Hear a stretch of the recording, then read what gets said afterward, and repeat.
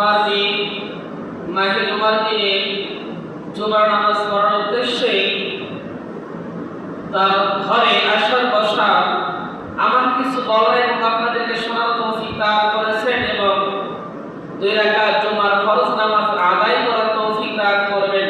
এজন্য সকলে একবার কালিমাতুশ শুকর আদায় করে বলছি আলহামদুলিল্লাহ। আলহামদুলিল্লাহ। দরুদ ও সালাম বর্ষিত হোক সাইয়্যিদুল মুরসালিন খাতামুন নাবিয়্যিন রাহমাতুল লিল আলামিন নবী আরবি সকলে বলি মুহাম্মদুর রাসূলুল্লাহ সাল্লাল্লাহু আলাইহি ওয়াসাল্লাম। সম্মানিত উপস্থিতি,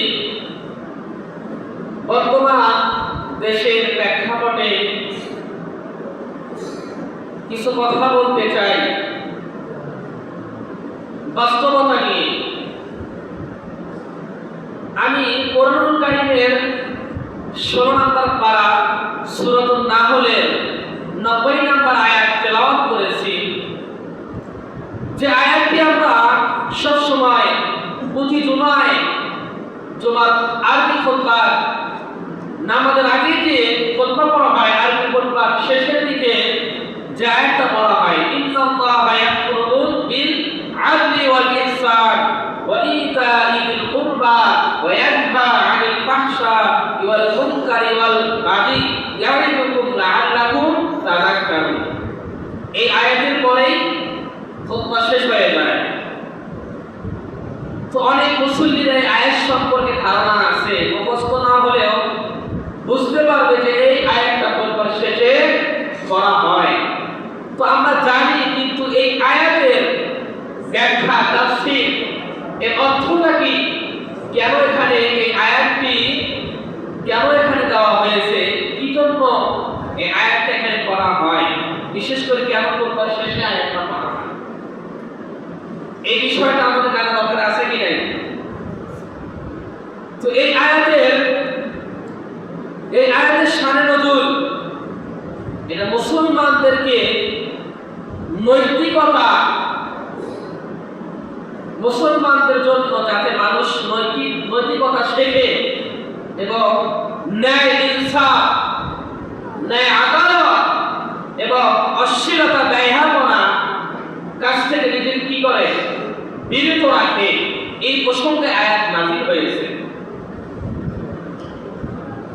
তো এখানে ইনসাফের কথা এসেছে, ন্যায়ের কথা এসেছে, আত্মীয় স্বজনদেরকে দানের কথা এসেছে এবং বাড়ি সীমালঙ্ঘন করা থেকে নিষেধ করা এই আয়াতের মধ্যে হয়েছে। বর্তমানে প্রেক্ষাপট অনুযায়ী বাংলাদেশের মধ্যে, আমাদের এই কান্ট্রির মধ্যে ন্যায় ইনসাফ পাওয়া কঠিন কিনা? কথা বলেন আপনারা, কঠিন কিনা? কঠিন। যদি সহজে হতো তাহলে এই তেল নিয়ে সিন্ডিকেট ঘটনা, কথা বলেন ঠিক কিনা? কথা বলেন না কেন? ইনসাফ আসলে নাই, ন্যায় নাই।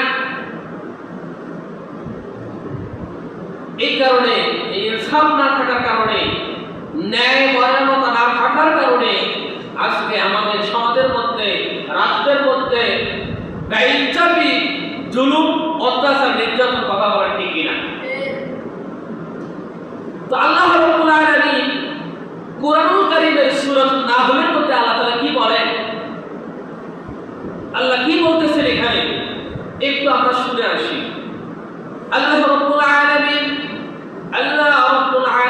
সূরাতুন নাহলের 90 নম্বর আয়াতের মধ্যে আল্লাহ তাআলা বলেন, ইন্নাল্লাহা ইয়া'মুরু বিল আদলি ওয়াল ইহসানি ওয়া ইতা'i বিল কুরবা ওয়া ইয়ানহা 'আনিল ফাহশা'i ওয়াল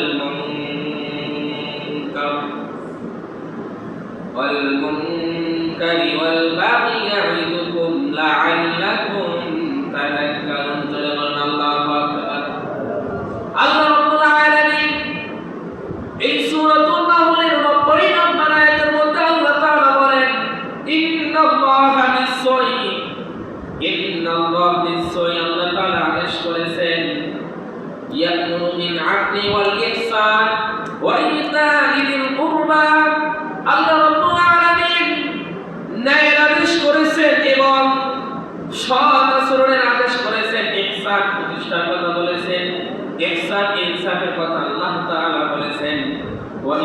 ইতিল কুরবা এবং আত্মীয়দেরকে দানের কথা কে বলেছেন? আল্লাহ রাব্বুল আলামিন বলেছেন।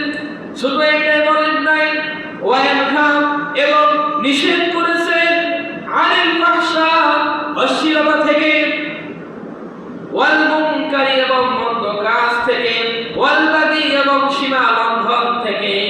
ইয়াইদুকুম লাআল্লাকুম তাযাক্কারুন, ইয়াইদুকুম লাআল্লাকুম তাযাক্কারুন, তিনি তোমাদের আদেশ দেন লাআল্লাকুম তাযাক্কারুন, যাতে তোমরা উপদেশ গ্রহণ করো। কে বলেছেন?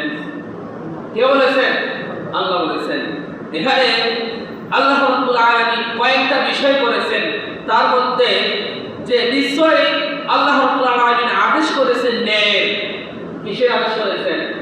কথা বলেন না কেন? কিসের? ন্যায়। এরপর ইনসাফের, এরপরে কিসের? ইনসাফ, ইহসান। ইহসান শিখাইছেন আল্লাহ, মানুষের প্রতি ইহসান করার কথা বলেছেন, জুলুম করার কথা আল্লাহ তাআলা বলেননি, ইনসাফ কায়েম করার কথা আল্লাহ বলেছেন। ওয়া ইতাইদিল কুরবা এবং আত্মীয়দের দানের কথাও আল্লাহ তাআলা এখানে এই আয়াতে বলেছেন। এরপরে ওয়া ইয়ানহা এবং নিষেধ করেছেন, যে বিষয়গুলো আগে আদেশ করেছেন, এরপরে কি করেছেন? নিষেধ করেছেন। আল্লাহ রাব্বুল আলামিন রব্বে কারীম এই আয়াতের শুরুর ভাগেই আল্লাহ রাব্বুল আলামিন আদেশ করেছেন, ইন্নাল্লাহা ইয়া'মুরু বিল আদলি ওয়াল ইহসানি ওয়া ইতা'i যিল কুরবা। আল্লাহ রাব্বুল আলামিন এখানে ন্যায়ের কথা বলেছেন। কিসের কথা বলেছেন? ন্যায় এবং সদাচরণের এবং আত্মীয়দেরকে দানের কথা কে বলেছেন? আল্লাহ বলেছেন। এরপরে আল্লাহ রাব্বুল আলামিন বলেন ওয়া ইয়ানহা এবং নিষেধ করেছেন, রব্বে কারীম নিষেধ করেছেন আনিল ফাহশা অশ্লীলতা থেকে, খারাপ কাজ থেকে। এরপর আল্লাহ বলেন ওয়াল মুনকার এবং মন্দ কাজ থেকে, ওয়াল বাগি এবং সীমা লঙ্ঘন থেকে আল্লাহ রাব্বুল আলামিন মানুষদেরকে সাবধান করেছেন। কথা বলেন ঠিক কিনা? কে বলেছেন? আল্লাহ বলেছেন যে ন্যায় প্রতিষ্ঠা করো, আদল। এখানে সৎ আচরণের কথা, এর অর্থ চলে আসছে